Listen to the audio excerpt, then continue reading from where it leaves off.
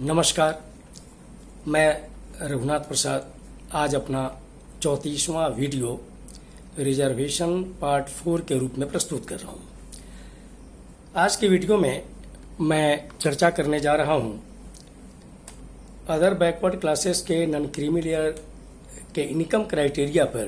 एक समिति बैठाई गई थी भारत सरकार के द्वारा 1981 बैच के बिहार कैडर के retired IAS officer Shri BP Sharma की अध्यक्षता में। जैसे ही सूचना सोशल मीडिया पर आ रही है उससे यह पता चलता है कि श्री बीपी शर्मा कमेटी ने यह अनुशंसा की है कि 8 लाख का जो वार्षिक इनकम है उस रेंज को 12 लाख कर दिया जाए, लेकिन उसमें सैलरी को इंक्लूड कर दिया जाए। इसी विषय पर मैं आज चर्चा कर रहा हूं। जैसा कि हम सभी जानते हैं, एक विचार तो मेरा अवश्य है जो मैं भारत सरकार से या राज्य सरकारों से भी अनुरोध करना चाहूँगा कि जिस वर्ग से भी संबंधित कोई रिपोर्ट की समीक्षा की जानी है तो निश्चित तौर पर प्रयास यही होना चाहिए कि उस कमेटी का अध्यक्ष पद निश्चित रूप से उस वर्ग से आने वाले व्यक्ति को दिया जाना ज़्यादा उपयुक्त प्रतीत होता है, तर्कसंगत प्रतीत होता है। और मैं कोई अदरवाइज कोई टिप्पणी नहीं करना चाहता। मैं अब सिर्फ ये बतलाना चाहूँगा कि वर्ष 1993 में जब पिछड़े वर्ग के लिए केंद्र सरकार की नौकरियों में 27% आरक्षण की घोषणा हुई थी, उसकी पृष्ठभूमि में मैं जानना चाहूँगा कि वर्ष 1978 में जब कर्पूरी ठाकुर जी बिहार के मुख्यमंत्री थे और उन्होंने आरक्षण लागू किया था पहली बार अनुसूचित जाति जनजाति के अतिरिक्त पिछड़े अति पिछड़ों के लिए, और पिछड़े अति पिछड़ों के आरक्षण के साथ साथ ही उन्होंने एक बेहतरीन आरक्षण का फॉर्मूला दिया था जिसमें सभी महिलाओं के लिए भी और सामान्य जाति के आर्थिक दृष्टिकोण से पिछड़े लोगों के लिए भी आरक्षण था। फिर भी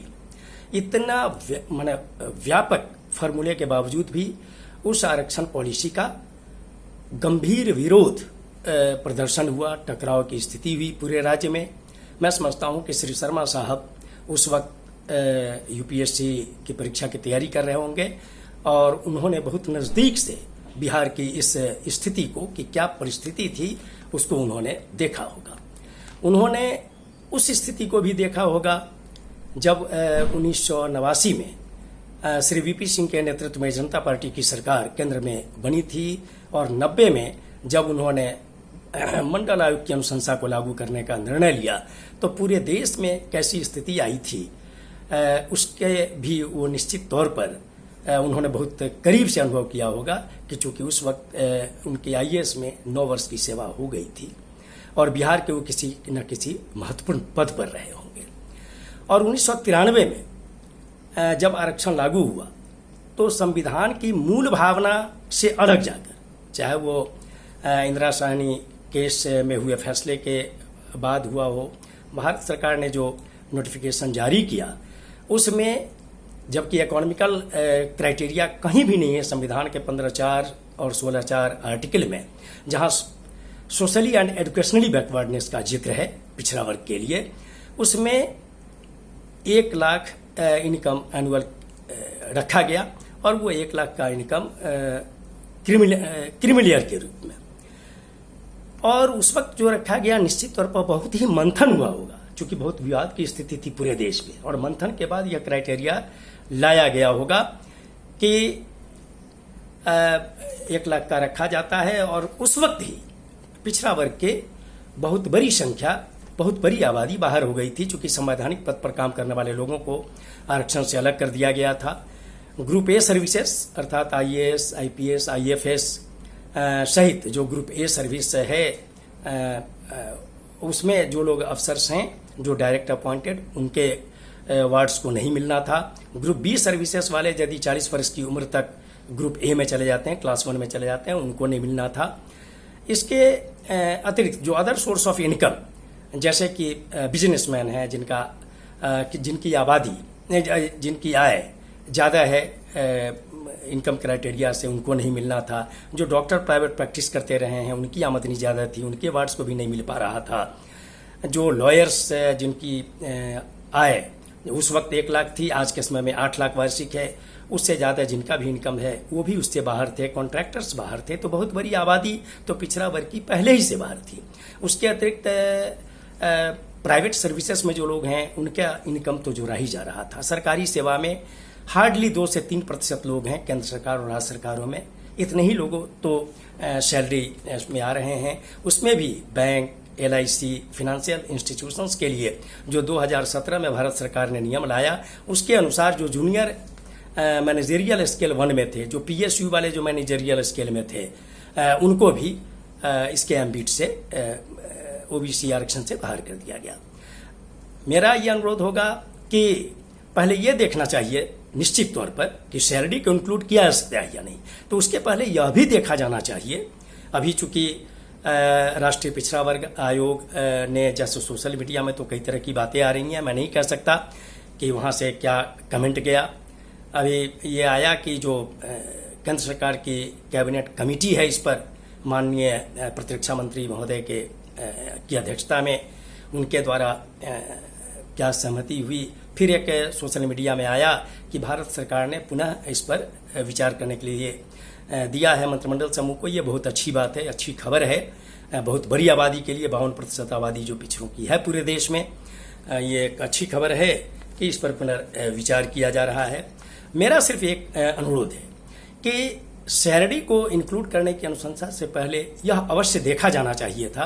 कि 1993 से लेकर 2020 तक जो 27 वर्षों की अवधि बीती है, इसमें भारत सरकार के ग्रुप A सर्विसेज में क्या रिप्रेजेंटेशन है OBC का,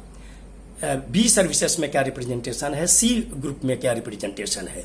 एक सूत्र से जो मैंने देखा उसमें उसके अनुसार अभी तक पिछड़े वर्ग का रिप्रेजेंटेशन ग्रुप A में 13%, ग्रुप B में 14% और ग्रुप C में 22.6% है। और अभी दिल्ली विश्वविद्यालय के भी शिक्षकों ने काफ़ी विरोध किया है और उन्होंने कहा कि केंद्रीय विश्वविद्यालय में अभी तक एसोसिएट प्रोफेसर और प्रोफेसर में पिछड़ा वर्ग के कोई नहीं जा पाए हैं। एक सोशल एक्टिविस्ट हैं दिलीप मंडल साहब, उन्होंने कहा है कि केंद्र सरकार में जो 89 सेक्रेटरी हैं, उस 89 सेक्रेटरी में संभवतः एक भी OBC से नहीं आते हैं। तो निश्चित तौर पर कम से कम 27% रिजर्वेशन के बाद ही सैलरी को इंक्लूड करने का प्रश्न आना चाहिए था। एक श्री पूर्व जस्टिस हैं श्री सुब्रमण्यम साहब, तेलंगाना के, जो नेशनल बैकवर्ड कमीशन के चेयरमैन भी रह चुके हैं, उन्होंने तो यहाँ तक कहा कि यदि सैलरी को इंक्लूड कर लिया गया और BP शर्मा आयोग की अनुशंसा को मान लिया गया तो आने वाले कल में क्लर्क ये और प्यून ड्राइवर के बच्चे भी उससे आरक्षण सीमा से बाहर हो जाएंगे। मुझे इस पर ये कहने में गुरेज नहीं कि चूंकि मार्च में राज्यसभा में भी काफ़ी विरोध हुआ, अन्ना द्रमुक, वहाँ के CPI और बहुत से विभिन्न पार्टियों ने, इवन कि BJP के भी एक सांसद ने भी विरोध किया और उन लोगों ने ये चर्चा में लाया कि सैलरी को किसी भी हाल में इंक्लूड नहीं किया जाना चाहिए। मैं एक एग्जाम्पल देना चाहूँगा कि चूंकि श्री BP शर्मा साहब 1981 बैच के IAS हैं, 1981 बैच में जो डिप्टी कलेक्टर DSP के रूप में राज्य सरकार की सेवा में बिहार में आए होंगे, उस वक्त उनका बेसिक वेतन जो था वो 510 रुपये था, जो रिवाइज होकर 1 अप्रैल 81 से मेरे ख्याल से 1000 हुआ था। और 2014 में अगर कोई अफसर वहाँ रिटायर किया तो मोटा मोटी अगर वो एडिशनल सेक्रेटरी के रूप में अगर वो रिटायर किया तो 50,000 से ऊपर उसका बेसिक वेतन हो गया। इसका मतलब हुआ कि 50 गुना बढ़ोतरी हुई। 7वें वेतन आयोग में जो न्यूनतम वेतन है लेवल 1 का वो 18,000 रुपया है। अगर 18,000 रुपये को 50 से गुना कर दिया जाए तो वो मेरे ख्याल से 9 लाख रुपया मासिक होता है, जो वार्षिक 1 करोड़ 8 लाख होगा 2051 में जाकर। मैंने एक कैलकुलेशन किया है 7वें वेतन आयोग के अनुसार कि 18,000 जो लेवल 1 का वेतन है, अगर उसको कोई प्रमोशन नहीं दिया जाए, जबकि भारत सरकार ने एक व्यवस्था की है MACP की, जो modified assured career progression scheme है, उसके तहत 3 प्रमोशन तो दिया ही जाना है 10-10 वर्ष पर। मैंने जो कैलकुलेशन किया है कि अगर कोई आदमी 2019 में नौकरी में आता है 18,000 के वेतन पे, तो 2026 में जब अगला वेतन आएगा तो उस वक्त तक उसका वेतन जो 2.57 से भी अगर मल्टीप्लाई किया जाए तो वो 56,000 के आसपास आता है। और 2036 में अगर 2.57 से जाएगा, 3% चूंकि इंक्रीमेंट सालाना मिलता है, तो वो करीब